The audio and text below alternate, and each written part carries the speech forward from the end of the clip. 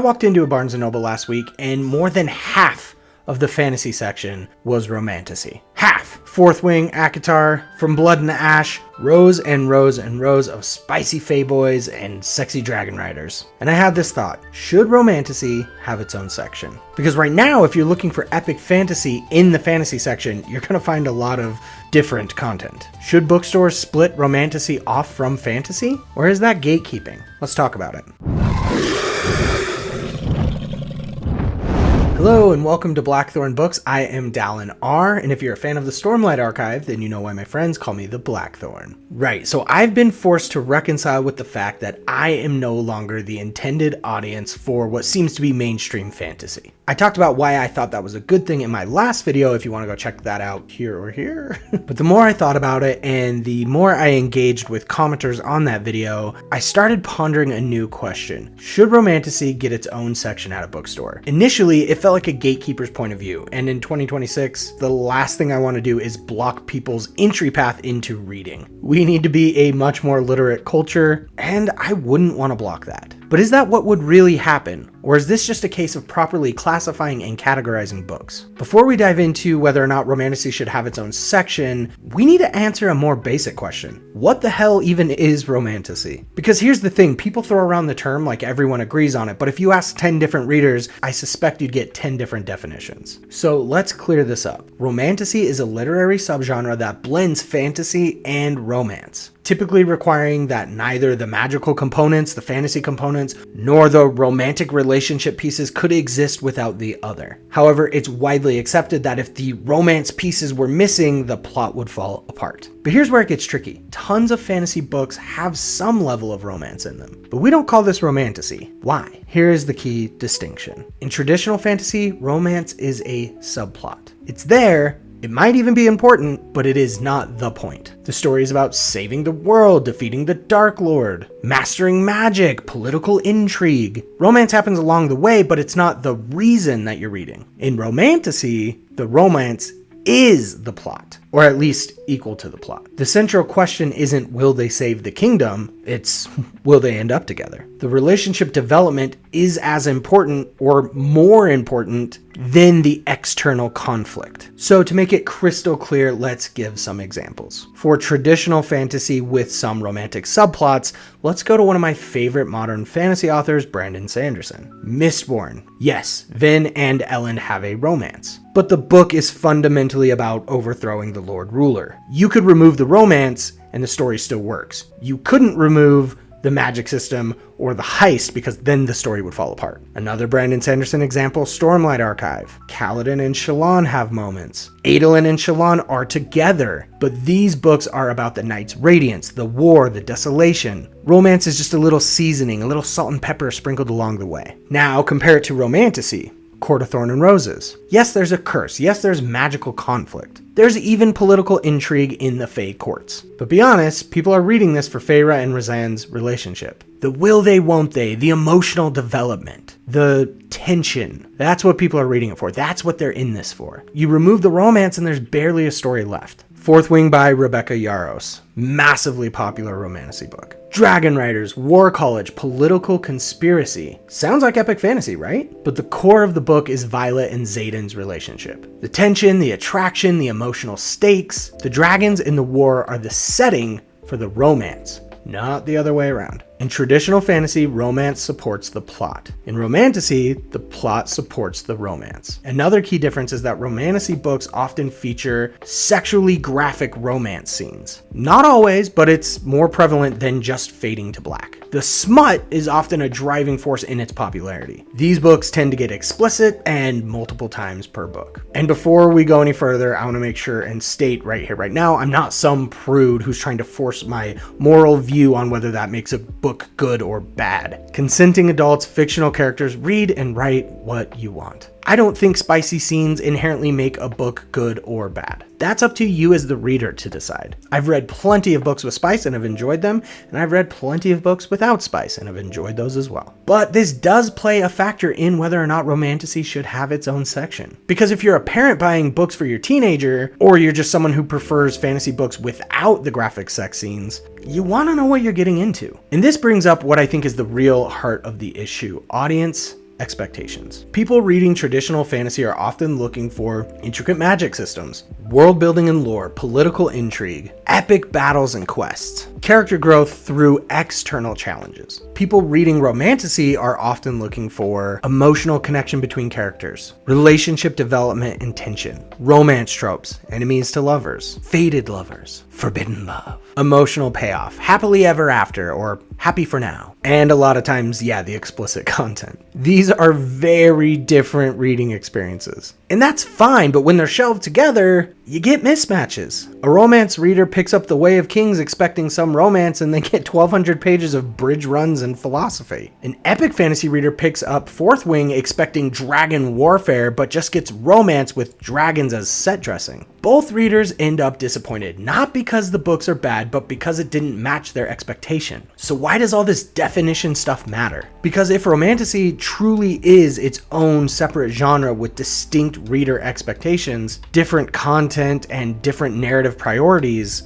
then maybe it does deserve its own space. Not because it's better or worse than traditional fantasy, but because it's something fundamentally different. And helping readers find what they're looking for is sort of the purpose of organizing a bookstore. Now that we've established what Romantasy is and how it's different than traditional fantasy, let's argue the case for giving it its own section at a bookstore. And honestly, the case is pretty strong. Let's start with discoverability because this affects both camps. If you're a romance reader who loves Romantasy, right now you're digging through Malazan, Book of the Fallen, Wheel of Time, Stormlight Archive doorstoppers to find your Fae Court drama. That's frustrating. You shouldn't have to decode whether this book is what you want based on cover art and vibes alone. And if you're an epic fantasy reader, same problem, different direction. You're sifting through 40 books about morally gray love interests and spicy dragon riders to find the Sanderson or the next Abercrombie. Separate sections help both readers. That's not gatekeeping, that's good organization. Second point, Romantasy is already massive enough to fill up its own section. This isn't a niche subgenre anymore. Fourth Wing sold over 10 million copies. ACOTAR's been on the bestseller list for years. From Blood and Ash has spawned an extended universe. These aren't outliers, this is the fantasy market right now. At some point, a subgenre gets so big that pretending that it fits under the nice fantasy umbrella just is kind of absurd. And here's the thing, this already happens in other genres. Romance is broken into subgenres. Historical romance, contemporary romance, paranormal romance. Sometimes even mystery is broken up into mystery, cozy mystery, true crime, etc., etc. So genre organization isn't new. It's done all the time, so why not apply that logic here? Finally, and this is the one that matters most to me as a parent, content transparency. If I'm buying a book for my kid, I want to know what they're getting into. I shouldn't have to research every single title before I pick it up off a shelf. A Romantasy section signals clearly, and without judgment, that these books have a romantic focus and likely explicit content. That's useful information, not a moral judgment. It's just useful. Okay, so let's make the case against separation. I like to think I'm an open-minded individual. I want to hear it from the other side because there are real concerns here and I don't want to dismiss them. The biggest one, gatekeeping. And look, I get it. Romance as a genre has been dismissed and condescended to for ages. Oh, you read romance? That's cute. There's a long history of treating books written by women for women as less than, less serious, less literary, less worthy of respect. And a lot of Romantasy readers, rightly, are sensitive to anything that feels like continuing that tradition. My wife, many of my friends are big Romantasy readers, and I would never want them to feel less than. If we create a Romantasy section and a fantasy section, are we implying that Romantasy isn't real fantasy? That it doesn't belong with the serious books? I don't think that's the intent, but I can see how people would read it that way. Then there's the slippery slope problem. If Romantasy gets its own section, what about grimdark? What about epic fantasy? Does Joe Abercrombie and authors like him get their own section? Lit RPG is massive right now. Should Dungeon Crawler Carl get its own section? Cozy fantasy is having a huge moment. Does Brigands and Bread Knives need to go in its own place? Progression fantasy, portal fantasy, military fantasy, urban fantasy, paranormal fantasy, horror fantasy. Are we going to split all these off into their own shelving? Is it just going to become 40 micro sections in the fantasy section? There's also the genuinely hard question of where do you draw the line? What about books that are right down the middle? Radiance by Grace Draven? The Witcher series has heavy romantic plots running through it. Even Sanderson's work has romantic arcs that are a lot more central to the plot than people care to admit. Empire of the Vampire? Could that be considered dark romance? Categorization always breaks down at the edges. And whoever signed up to do the shelving at your local Barnes & Noble is not some master of genre theory. And last, bookstores are already struggling. Physical retail space is limited and expensive. Creating new sections means moving existing inventory, updating signage, retraining staff. For a big chain, that's a project. For a small indie bookstore, that might be literally impossible. These are real concerns and I'm not dismissing any of them. So here's what I actually think, and I think I'm going to piss off both sides a little. Yes, Romantasy should have its own space, but not for the reasons that the haters would give you. Not because it's lesser, not because it's not real fantasy, not because spice makes a book unserious, but because it serves a different audience with different reader expectations. And there's absolutely nothing wrong with that. Look, if I walk into a bookstore looking for intricate magic systems, large-scale world building, political intrigue, war, I don't want to wade through 20 books about forbidden love and a fake court drama. Not because those books are bad, it's just not what I came there for. And flip it around. If someone came in looking for that slow burn, enemies to lovers tension, that satisfying payoff in the end, they shouldn't have to dig through Malazan and Wheel of Time to find it. That's not fun for anybody. Separate organization isn't about hierarchy. It's about helping people find what they actually want. That's it. But here's where I want to be careful, because I do understand why people are wary of this conversation. There is a history, a long one, of dismissing romance, and especially books for women by women, as not serious, as guilty pleasures, as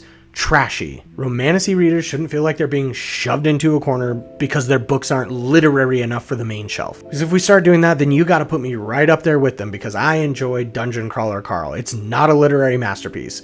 It's just a fun book for people who don't have a stick up their ass. So maybe the framing matters as much as the decision itself. It shouldn't be fantasy and then romantasy shoved off to the side, like it's an afterthought. In my opinion, I think I would like to see epic fantasy, urban fantasy, grimdark fantasy, romantasy, equal categories clearly labeled, no intended hierarchy. Just different flavors for different readers. Because at the end of the day, good books are good books. Bad books are bad books. Sounds really simple. The number of spicy scenes doesn't determine quality. The genre label doesn't determine worth. A book isn't more serious just because it has a intricate magic system, and it isn't less serious because it has an explicit romance. Organization helps readers, and I want more of that at my bookstores. So how do bookstores even handle this? For a second I thought about manga. Whenever I buy manga that's got some explicit material, it always comes plastic wrapped, saran wrapped, to prevent kids from getting their hands on it. Should we do that for explicit romantasies?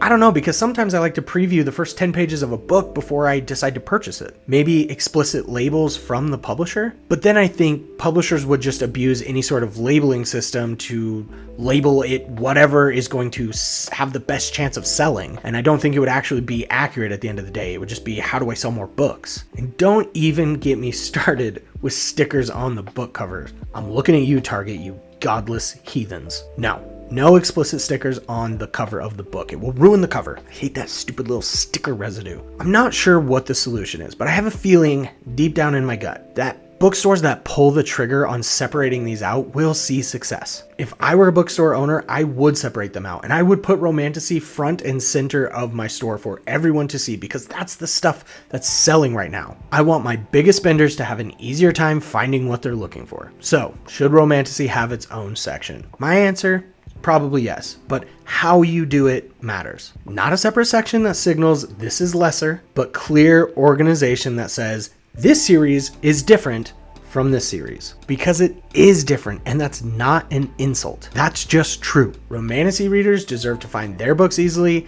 Epic fantasy readers deserve to find theirs just as easily. Parents deserve to know what they're buying for their kids. And booksellers deserve a system that actually makes sense. Organization helps readers, and that's the whole point of my argument. Let me know in the comments, do you think Romantasy should get its own section at the bookstore? Are you a Romantasy reader? Does this feel like gatekeeping? Are you an epic fantasy reader who's been burned by a mismatch? I want to hear from you. And if you're into this kind of thing, fantasy, sci-fi, being an adult who still makes time for reading, then consider subscribing to this channel. I put out videos every Sunday, just like this one. Thank you. Thanks for watching. Stay safe, stay happy, keep reading. Peace.